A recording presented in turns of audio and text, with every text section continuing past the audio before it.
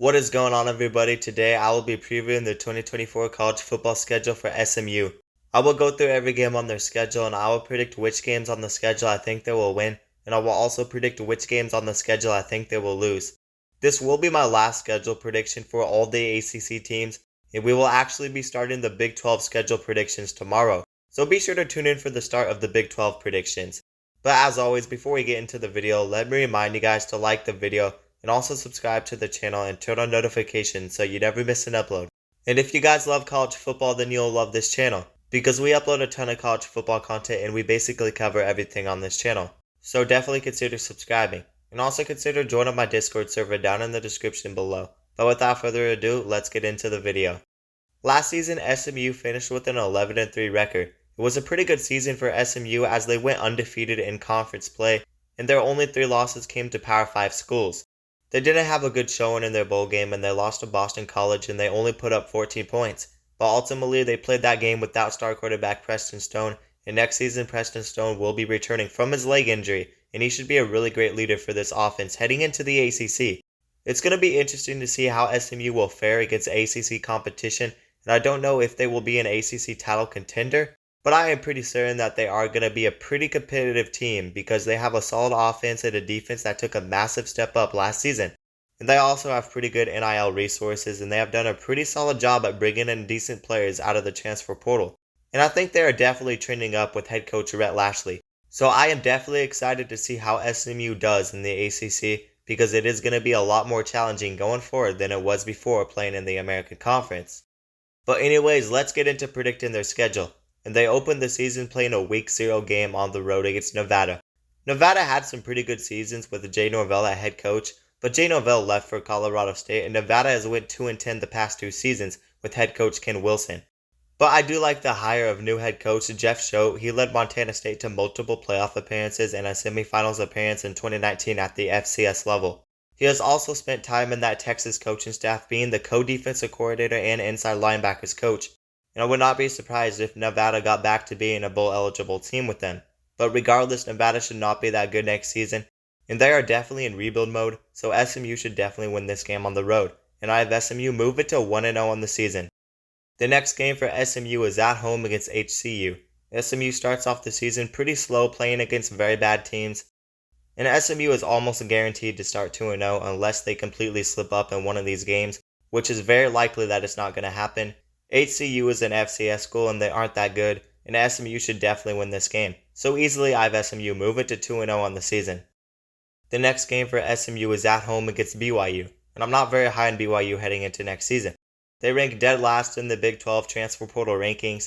They did bring in 2 quarterbacks who could mix up that quarterback room. I kind of expect BYU to be the same team though, and they just do not have a lot of talent on the team, so I do think SMU will win this game. And I have SMU move it to 3-0 on the season. Following their game against BYU, SMU will have a bye week and then they play TCU at home. And I could definitely see this game going either way, but SMU does have home field advantage and they have this game coming off a bye week, so this should definitely help SMU. TCU only went 5-7 last season, but I think TCU should be a lot better next season. They have done a very good job at utilizing the transfer portal and they returned 71% of production, which is actually top 21 in the country. They returned Josh Hoover at quarterback, and the defense has potential to take a step up with new defensive coordinator Andy Alavos, who was the previous Boise State head coach.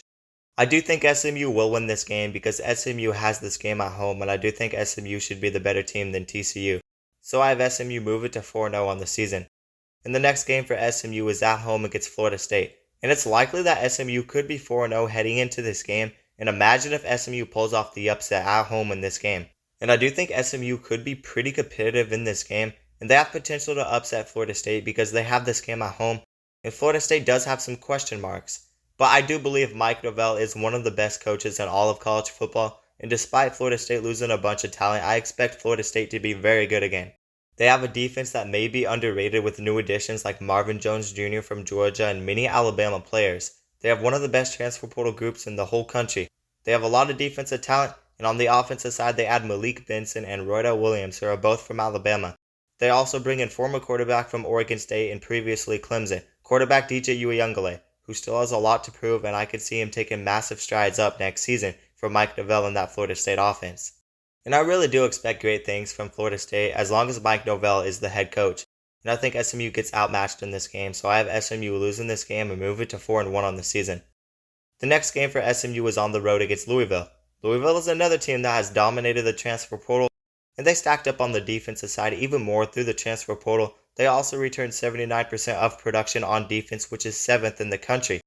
And I wouldn't be surprised if Louisville had the best defense in the ACC next season.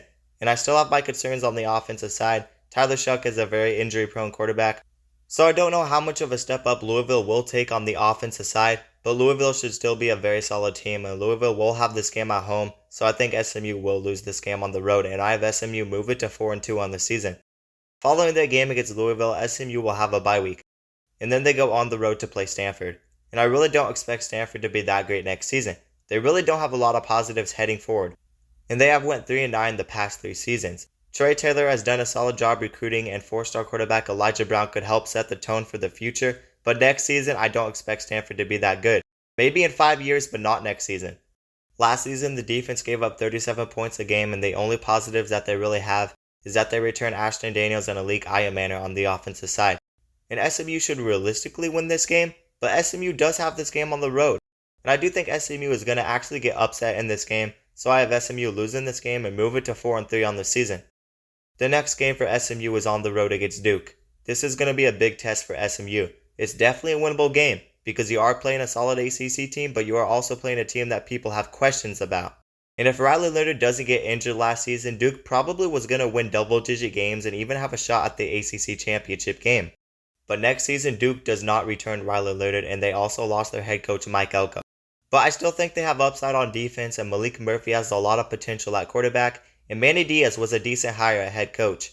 I think this is going to be a pretty solid Duke team, but I don't know if they are an ACC title contender, and I think Duke versus SMU is honestly a 50-50 game to me. But Duke has the home field advantage, and SMU is new to the conference, so I'm going to say SMU will lose this game on the road, so I have SMU losing this game and move it to 4-4 on the season.